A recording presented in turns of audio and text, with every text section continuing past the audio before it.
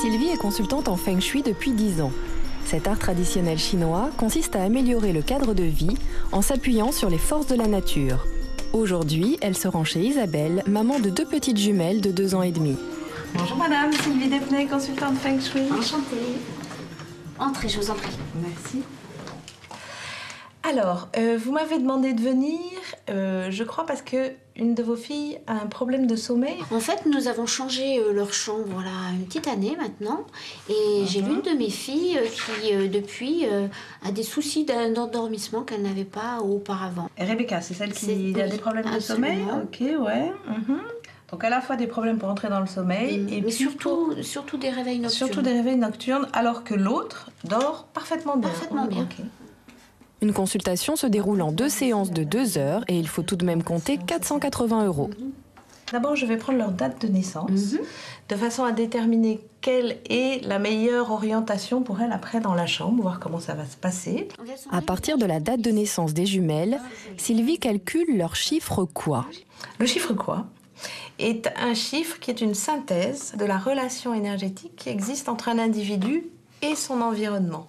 Et en fonction de ce chiffre, on sait que pendant toute sa vie, le nord, l'est, le sud-est ou le sud sont des directions qui vont être, par exemple, très bonnes pour vous, un petit peu moins bonnes pour vos filles.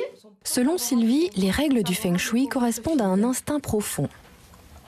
La direction dans laquelle dort un enfant est particulièrement importante et qui n'a pas remarqué qu'un nourrisson qui avait été mis à dormir dans la direction qui est la direction de son berceau, on le retrouve systématiquement le lendemain orienté d'une autre façon et ça peut durer pendant des mois. C'est parce qu'un enfant est beaucoup plus perméable aux énergies qui sont autour de lui, à tout son environnement et que instinctivement, il sait parfaitement quelle est la direction qui lui convient et qui va lui permettre de passer une bonne nuit.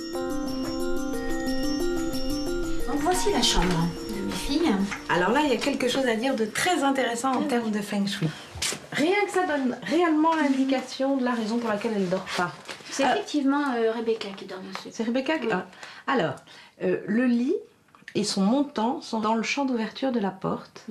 Ça veut dire que ce qui arrive par la porte, ce que nous, Européens, appelons énergie, arrive directement sur la tête de Rebecca quand elle est en train de dormir, donc il n'y a pas de sérénité quand on est dans un flux de quelque chose qui bouge sans arrêt.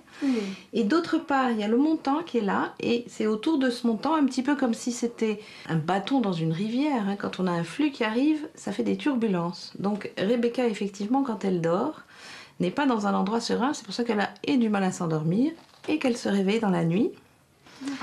Et on comprend en voyant le lit à côté, là, de sa sœur, qui au contraire est dans un endroit très calme, que sa sœur peut dormir le plus tranquillement du monde. On voit ici très bien qu'il n'y a rien qui protège la tête de votre fille quand elle dort et on pourrait... Enfin, moi, je conseille de mettre quelque chose là qui va permettre de faire une toute petite barrière entre sa tête et l'arrivée. Grâce à son lopan, une boussole chinoise, Sylvie vérifie l'orientation des lits des jumelles. Alors, sa sœur dort effectivement dans une bonne direction. Il y a pas... ouais, c'est excellent, c'est le nord-est, donc pour elle c'est bon. Maintenant, on passe à la phase des conseils. Vu la configuration de la chambre, on tire un petit peu le lit vers la fenêtre, de façon à décaler et que le lit soit plus pile poil dans l'entrée, qu'il soit à peu près là. Et moi je conseillerais que Rebecca dorme dans l'autre sens. D'accord, mais en fait, c'est elle qui insiste pour dormir dans cette direction. Moi, effectivement, j'aurais préféré largement qu'elle ait la tête dans l'autre sens. Il y a autre chose qui va permettre d'améliorer plus le confort et l'harmonie de la chambre, qui est la couleur. Ici, on est dans un secteur qui est voisin du nord, et les secteurs voisins du nord acceptent bien le bleu. Il y aurait un petit peu plus de bleu. Le bleu deviendrait dominant dans la chambre au lieu d'être sous forme de notes de couleur. La chambre serait beaucoup plus agréable. Et elles y resteraient peut-être plus volontiers pour jouer, au lieu de venir squatter le salon. Justement, en termes de bleu, est-ce que ça pourrait convenir, ce genre de choses? Très très bien, voilà, effectivement. Ça peut déjà se mettre sur un lit, par exemple. Sylvie propose plusieurs solutions à Isabelle. Si vous voulez, je vous laisse ces trois plans, ainsi que le nuancier. Vous avez tous les éléments maintenant pour Je pense que je vais en discuter avec mes filles, bien sûr, mais cette solution me paraît bien adaptée, parce que simple à mettre en œuvre. Sylvie assure que les adultes peuvent constater les bénéfices du Feng Shui en moins de 3 mois. Et c'est encore plus rapide pour les enfants.